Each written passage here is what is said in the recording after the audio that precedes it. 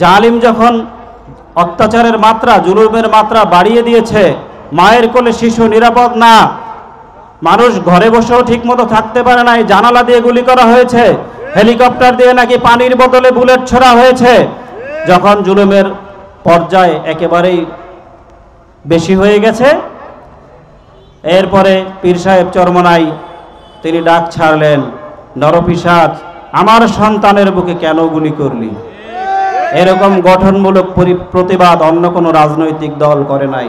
তারা তখন মিনমিন করেছে, তারা বলছে ছাত্রদের সাথে আমরা মৌন সমর্থন আছি। তারা নাকি মৌনভাবে ছাত্রদের সাথে সমর্থন করেছে, রাস্তায় তারা নামবে না, তারা প্রাণ ভয়ে ভীত ছিল।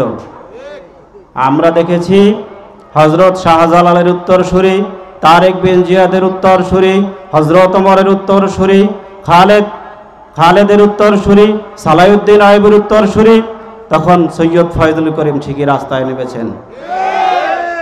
ইতিপূর্বে আমরা বিভিন্ন রাজনৈতিক দলের শাসন দেখেছি, ইসলামী আন্দোলন কখনোই সরকার পরিচালনা করে নাই।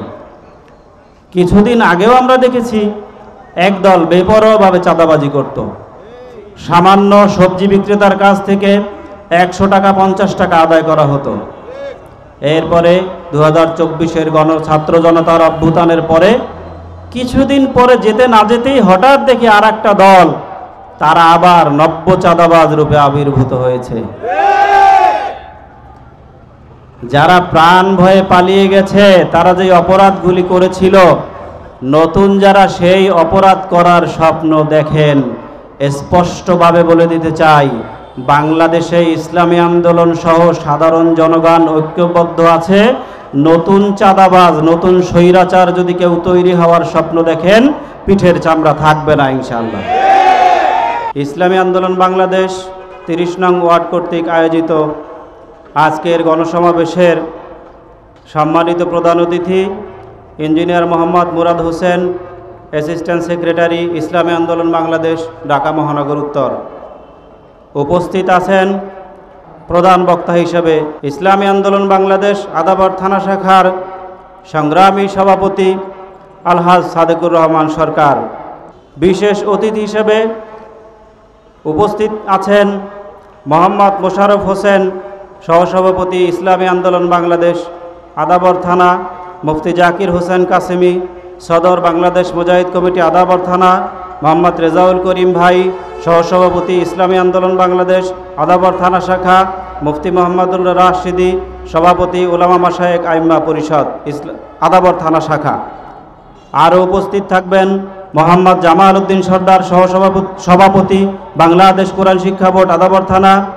আরও বিশেষ অতিথি হিসেবে উপস্থিত আছেন ইসলামী আন্দোলন বাংলাদেশ আদাবর থানা শাখার সংগ্রামী সেক্রেটারি হাজী নূরে আলম সিদ্দিকী। উপস্থিত থাকবেন মুফতি মুস্তাকিম বিল্লাহ, পরিচালক জামিয়া ফজলুল উলুম, ঢাকা উদ্যান মার্কাজ। আজকের সমাবেশে আরও উপস্থিত থাকবেন আব্দুল মান্নান ভাই, সেক্রেটারি বাংলাদেশ মুজাহিদ কমিটি আদাবর থানা, হাফেজ মাওলানা মাহবুবুর রহমান, মোহাম্মদ রকুন হাওলাদার এবং মোহাম্মদ লোকমান হোসেন। সংগ্রামী উপস্থিতি, যে কথা বলতে চাই, আপনারা ইতিপূর্বে অনেক বক্তা অত্যন্ত গঠনমূলক কথা বলেছেন। আসল কথা হলো, ইসলামী আন্দোলন বাংলাদেশ তথাকথিত কোনো রাজনৈতিক দলের নাম নয়। এটা একটা ভিশন, আমাদের একটা মিশন আছে, আমরা বাংলাদেশের জন্য কিছু করতে চাই। মহান স্বাধীনতার সময় 1971 সালে ইসলামী আন্দোলন বাংলাদেশ যারা গঠন করেছে, তাদের পূর্বপুরুষরা স্বাধীনতার পক্ষে ছিলেন। আজকাল গণমাধ্যম জোরে সোরে সেটা বলতেছে, আলহামদুলিল্লাহ। আমাদের ইতিপূর্বে কখনোই স্বাধীনতা বিরোধী কোনো কর্মকাণ্ড, মানবতা বিরোধী কোনো কর্মকাণ্ড, কোনো কিছুর সাথে জড়িত হবার কোনো প্রমাণ কোনো গণমাধ্যম অনেক চেষ্টা করেও আজ পর্যন্ত বের করতে পারে নাই। সেই স্বাধীনতার পর থেকে অনেক কিছুদিন পরে 1987 সালে ইসলামী শাসনতন্ত্র আন্দোলন নামে আমাদের রাজনৈতিক দলটি গঠন করা হয়। তখন থেকে আজ পর্যন্ত গণমানুষের পক্ষে যেভাবে থাকা যায় একটা রাজনৈতিক দল হিসেবে আমরা সেভাবেই গণমানুষের পক্ষে আছি। বর্তমানে আমাদের ইসলাম দেশ এবং মানবতা রক্ষায় ইসলামী আন্দোলন বাংলাদেশ কতটুকু অগ্রসর হয়েছে সেটা বিবেচনা করবে জনগণ। আমরা শুধু আমাদের মিশন জনগণের সামনে আমরা উপস্থাপন করব ইনশাআল্লাহ। বিগত 2024-এর 90তম স্বাধীনতার সময় যখন সব রাজনৈতিক দল জনগণের পাশ থেকে চলে গেছে, তাদের কাছে সাহস নিয়ে দাঁড়ায় নাই, জালিম যখন অত্যাচারের মাত্রা, জুলুমের মাত্রা বাড়িয়ে দিয়েছে, মায়ের কোলে শিশু নিরাপদ না, মানুষ ঘরে বসেও ঠিকমতো থাকতে পারে নাই, জানালা দিয়ে গুলি করা হয়েছে, হেলিকপ্টার দিয়ে নাকি পানির বোতলে বুলেট ছোড়া হয়েছে, যখন জুলুমের পর্যায় একেবারেই বেশি হয়ে গেছে, এরপরে পীর সাহেব চরমনাই তিনি ডাক ছাড়লেন, নরপিশাচ আমার সন্তানের বুকে কেন গুলি করলি? এরকম গঠনমূলক প্রতিবাদ অন্য কোনো রাজনৈতিক দল করে নাই। তারা তখন মিনমিন করেছে, তারা বলছে ছাত্রদের সাথে আমরা মৌন সমর্থন আছি। তারা নাকি মৌনভাবে ছাত্রদের সাথে সমর্থন করেছে, রাস্তায় তারা নামবে না, তারা প্রাণ ভয়ে ভীত ছিল। আমরা দেখেছি হজরত শাহজালালের উত্তরসূরি, তারেক বিন জিয়াদের উত্তরসূরি, হজরত ওমরের উত্তরসূরি, খালেদের উত্তরসূরি, সালাউদ্দিন আইয়ুবের উত্তরসূরি, তখন সৈয়দ ফয়জুল করিম ঠিকই রাস্তায় নেমেছেন। আমরা তাদের একনিষ্ঠ কর্মী। তাদের কাছ থেকে আমরা যা শিখেছি, মানুষের পাশে থাকা শিখেছি। আদাবর থানার ইতিপূর্বে আমরা বিভিন্ন রাজনৈতিক দলের শাসন দেখেছি, ইসলামী আন্দোলন কখনোই সরকার পরিচালনা করে নাই। কিছুদিন আগেও আমরা দেখেছি একদল বেপরোয়াভাবে চাঁদাবাজি করত।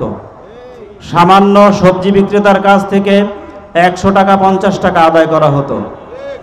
এরপরে 2024-এর ছাত্র জনতার অভ্যুত্থানের পরে কিছুদিন পরে যেতে না যেতেই হঠাৎ দেখি আর একটা দল, তারা আবার নব্য চাঁদাবাজ রূপে আবির্ভূত হয়েছে।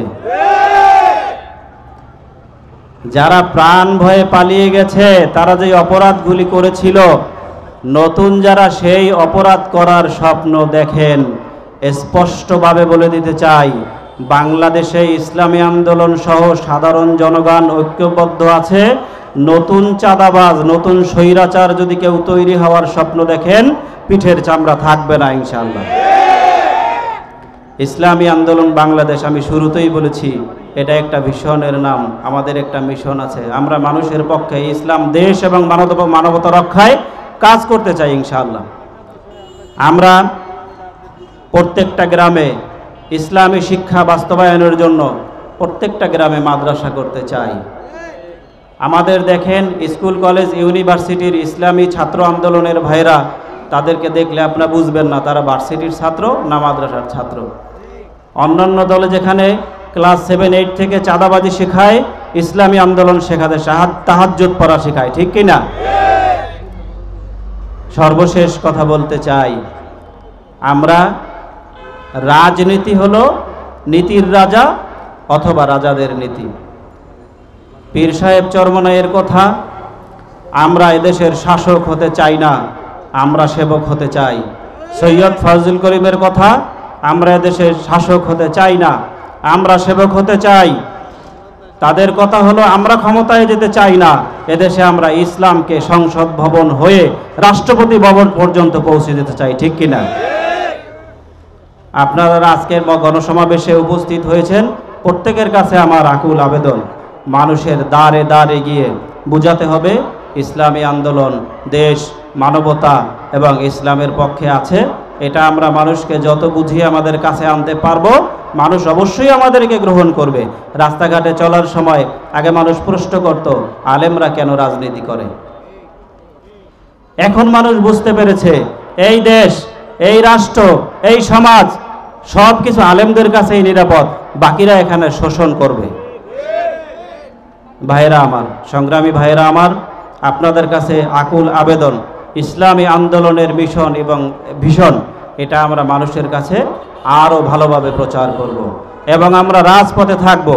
গত 2024-এর নব্য স্বাধীনতার সময় ইসলামী আন্দোলন যেভাবে রাজপথে ছিল, আমি সহ আমার কর্মী বাহিনী সবাই রাজপথে ছিলেন, আলহামদুলিল্লাহ। আপনাদেরকে সেজন্য ধন্যবাদ জানাই। আর একটা বিষয়, বিগত ছাত্র জনতার অভ্যুত্থানে যারা শহীদ হয়েছেন তাদের রুহের আমি মাগফিরাত কামনা করি। সরকার মহোদয়ের কাছে একটা কথা বলতে চাই, বিগত ছাত্র জনতার গণবিপ্লবের সময় যারা আহত হয়েছেন আপনারা তাদেরকে খোঁজখবর নিচ্ছেন না, বিভিন্ন গণমাধ্যমে আমরা দেখতে পাচ্ছি। আপনারা যদি নতুন কোনো দল, ইতিপূর্বে দেখেছি ফ্রিডম পার্টি ইত্যাদির মতো নতুন দল অনেক সরকার তৈরি করে পরবর্তীতে তারা ক্ষমতায় আসার চেষ্টা করেছে, আপনারা এমন দিবাস্বপ্ন দেখবেন না, এটা আমাদের বিনীত অনুরোধ। আর যদি সোজা আঙ্গুলে ঘি না ওঠে, ইসলামী আন্দোলন বাংলাদেশ গণবিপ্লব আবার সংগঠিত করে কিভাবে অধিকার আদায় করতে হয় সেটা দেখিয়ে ছাড়বে ইনশাআল্লাহ। আমার সর্বশেষ কথা হলো, যেহেতু আমরা ইসলামী আন্দোলন করি, আমাদের আমির, আমাদের নেতৃবৃন্দ আমাদেরকে যেভাবে শিক্ষা দেন সেভাবেই আমরা আমাদের নিজের জীবনকে পরিচালিত করব। আর নিজেদেরকে যখন ইসলামের জন্য বিসর্জন দিয়েছি, আমরা যারা নিজেদেরকে ইসলামের জন্য আমরা তৈরি করেছি, আমাদের উচিত হবে আন্দোলনকে আরও বেগবান করা। আন্দোলন বেগবান করার স্বার্থে আপনার ভিতরে এরকম বিশ্বাস তৈরি করতে হবে, আপনার যুবতী স্ত্রী যদি বিধবাও হয় তারপরে আমরা আন্দোলন থেকে আমরা বিরত থাকব না। কোনো বুলেট যদি আমাদের বুকের এক পাশ থেকে অপর পাশ এসে আমার কলিজাকে ছিন্ন বিচ্ছিন্ন করে বেরিয়ে যায়, ইসলামী আন্দোলন থেকে তবু আমরা সরে যাব না। দেশ, ইসলাম এবং মানবতার পক্ষে কথা বলবই বলবো। 30 নং ওয়ার্ডের পক্ষ থেকে শুভেচ্ছা ও অভিনন্দন জানিয়ে আমি আমার সংক্ষিপ্ত বক্তব্য এখানেই শেষ করছি। দেখা হবে রাজপথে, কথা হবে স্লোগানে। আমা তৌফিক ইল্লা বিল্লাহ। আসসালামু আলাইকুম ওয়া রাহমাতুল্লাহি ওয়া বারাকাতুহু।